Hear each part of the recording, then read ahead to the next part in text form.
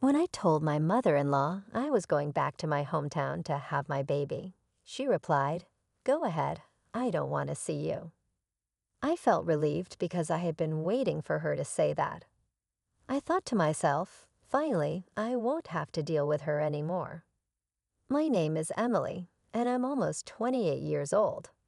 My mom passed away when I was very young, so my grandmother took care of me while my dad ran his clothing business. My dad was strict, and I always did what he said. I never dated anyone because of his rules, but I had accepted that as my fate. After college, I briefly worked for my dad, but he said it was too hard to work together, so I had to quit. He didn't want me to work elsewhere either. But seeing my friends get jobs and start families made me want to work too. One night, I asked my dad if I could get a job. He simply said no without explaining why. I tried to reason with him, saying I needed to gain experience in society, but he shut me down. He insisted I stay at home. Frustrated, I threatened to leave home and find work elsewhere.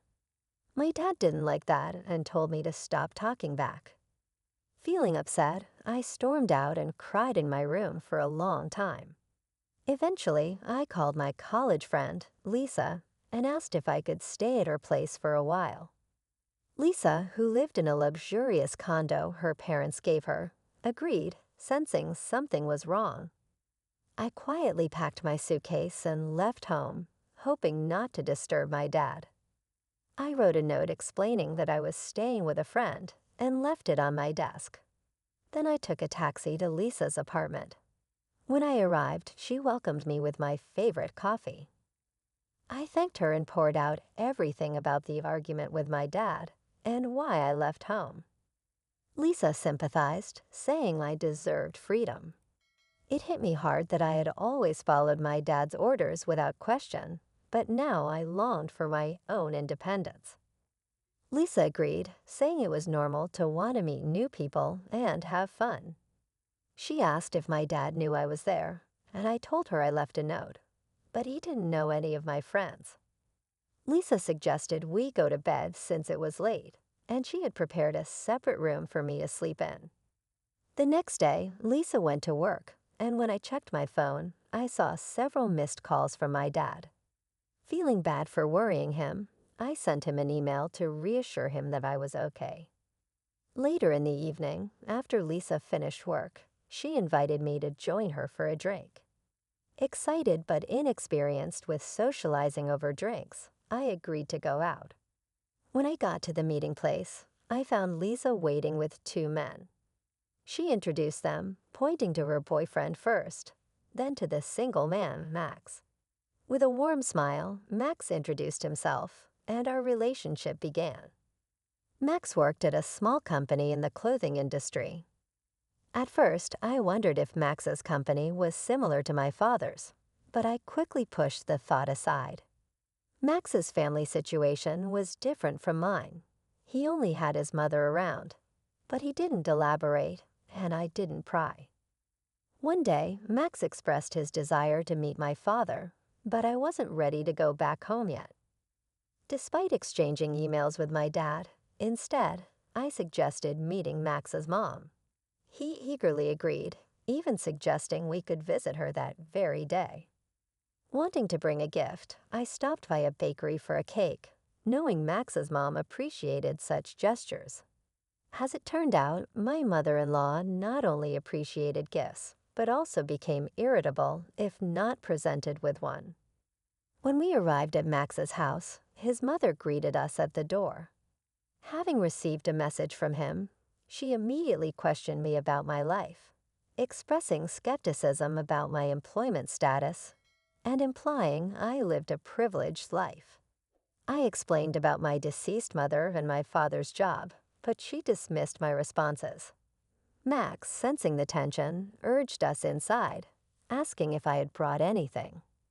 Feeling rushed, I handed over the cake, apologizing for its simplicity. My mother-in-law snatched it from me, making a sarcastic remark before accepting it. In just a few minutes, I grew to dislike her, feeling sorry for anyone who had to deal with her as a mother-in-law. As soon as we stepped into the living room, my mother-in-law bombarded me with questions, to which I responded with vague answers. However, she persisted, firing questions at me as if I were a suspect in an interrogation room. Feeling overwhelmed by the relentless questioning, I whispered to Max that I should probably leave soon. This seemed to infuriate my mother-in-law, her face flushing with anger. She accused me of hating her and giving insincere responses. Max tried to calm her down, but she lashed out, questioning his choice in bringing such a supposedly rude woman home. Annoyed, I defended myself, asking for specific feedback if there was something I could improve. This only seemed to aggravate her more as she accused me of being cheeky and disliking her. I wanted to agree, but I just couldn't. "I'm exhausted and longing to go home," I explained. My mother-in-law's response caught me off guard. "How audacious of you. I wonder what kind of upbringing your parents gave you.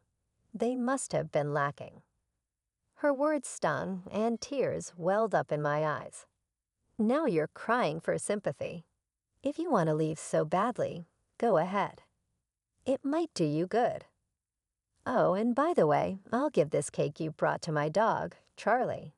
But he's quite picky, so he might not eat such a cheap cake." She pointed at the cake I had brought. Max intervened, telling his mother to stop. "You really don't know how to judge people," he scolded her. Max's remarks seemed to deflate his mother's argumentative energy. "All I want is the best for you," she countered, her tone softer. Max stood his ground, asserting his adulthood and his ability to handle his own affairs. His words brought tears to his mother's eyes, and she left the room visibly upset. Feeling hurt by the harsh words of Max's mother, I decided to leave. However, Max caught up with me and apologized sincerely. "Emily, I'm sorry for my mom's behavior. She might be feeling threatened, thinking she's losing me. I'll talk to her about it, okay? Please don't let this incident discourage you from visiting again." His words reassured me, but I couldn't shake off the hurt caused by his mother's comments about my parents. "Max, what your mother said about my parents really hurt me. I don't think I want to see her again," as a sadness washed over me. Tears welled up, and I found solace in Max's comforting embrace. After a while, he suggested we go somewhere, and we ended up at the beach, sitting on a sandy bench, watching the waves for hours. 2 months later, I discovered I was pregnant. When I shared the news with Max, he proposed marriage. "Let's make it official. We don't need a grand ceremony, but we can live together in my house. I don't earn much, so renting an apartment isn't feasible. I'll talk to my mom about being more considerate toward you, Emily." Despite my reservations about living with his mother, I agreed, realizing it was our only option. "Okay, I'll do my best to get along with your mother." So I found myself living with my mother-in-law.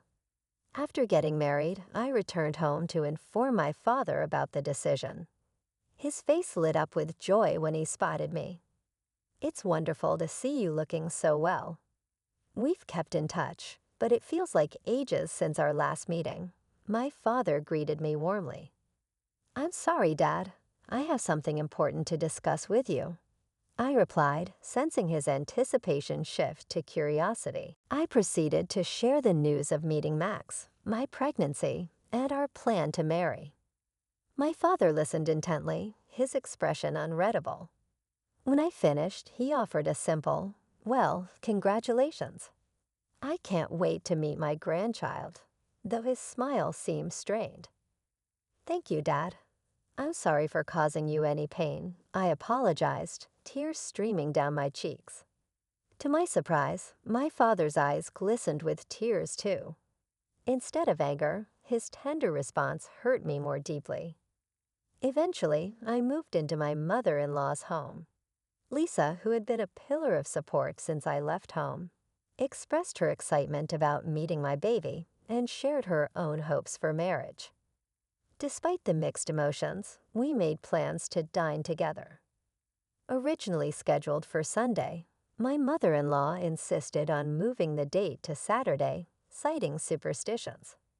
The move went smoothly, with the movers diligently transferring my belongings, while my mother-in-law observed silently. Despite repeated warnings from the movers about the danger, my mother-in-law refused to step back. Once the move was completed, she called me over and questioned if I had given the movers their due payment. Confused, I asked, "Huh?"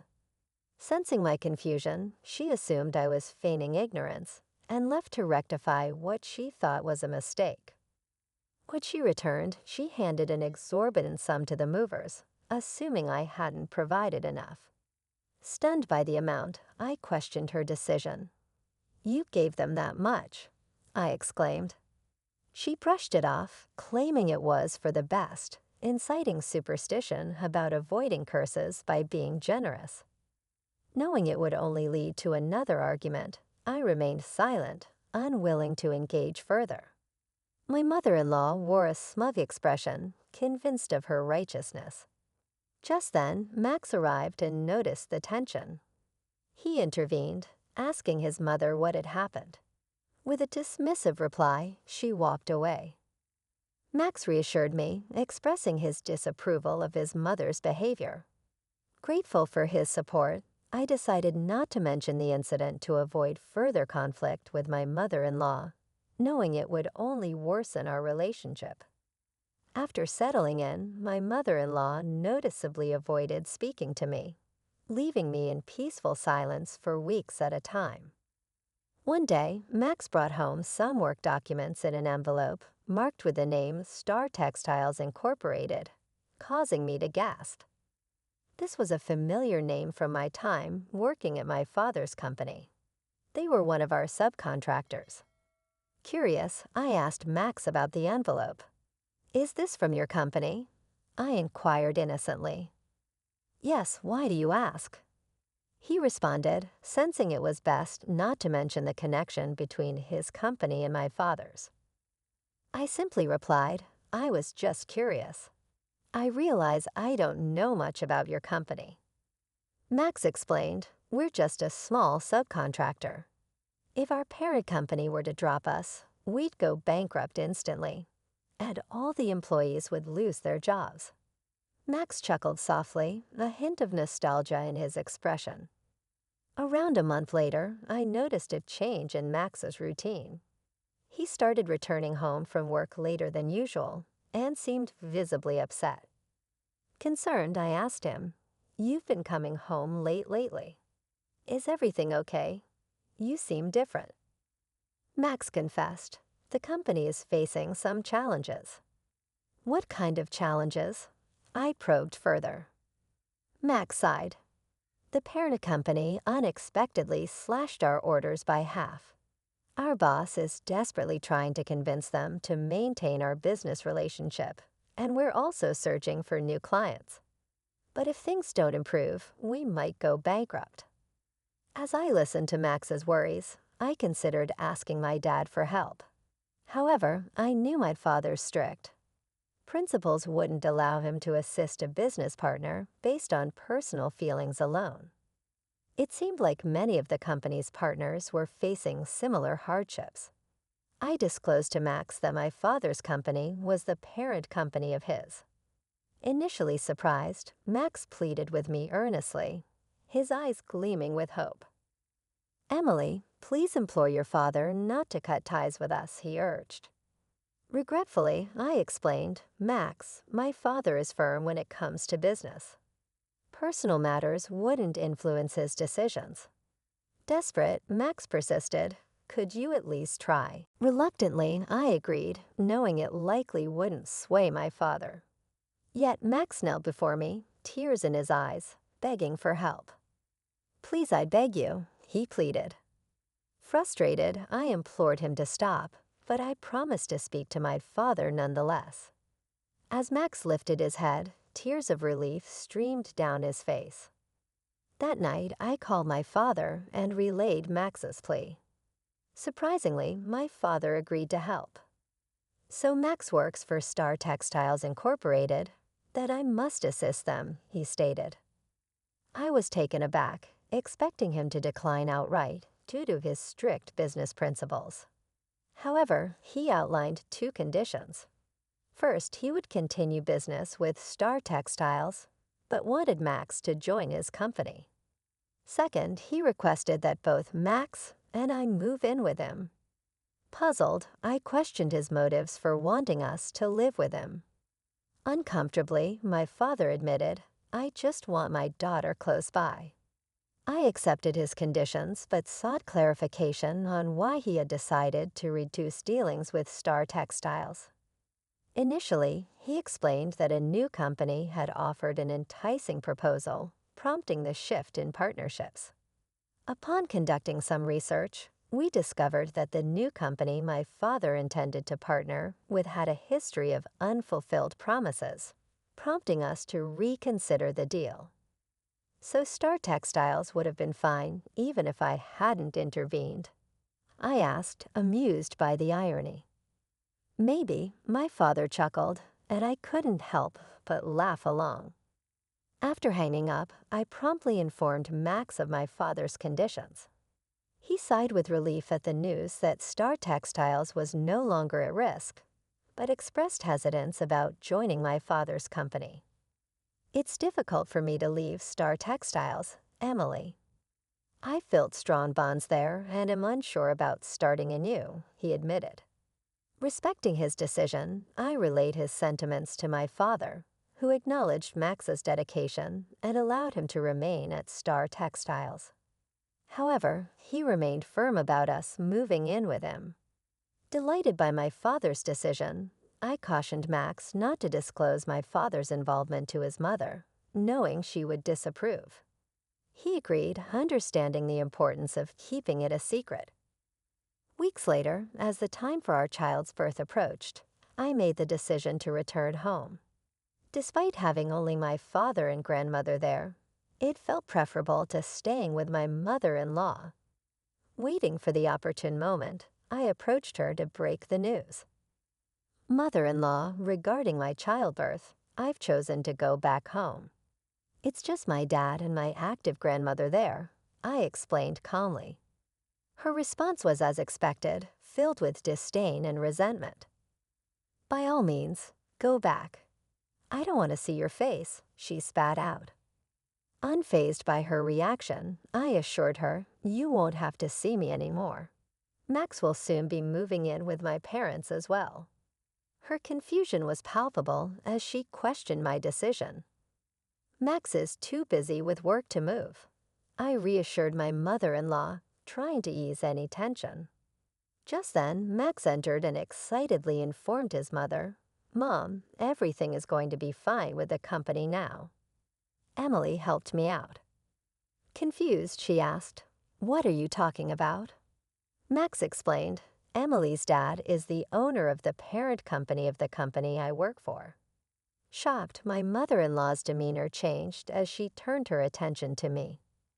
Emily, I had no idea you were connected to Max's company in that way. I've been terribly rude to you, she admitted, bowing deeply. It's all right now, I replied, trying to diffuse the tension.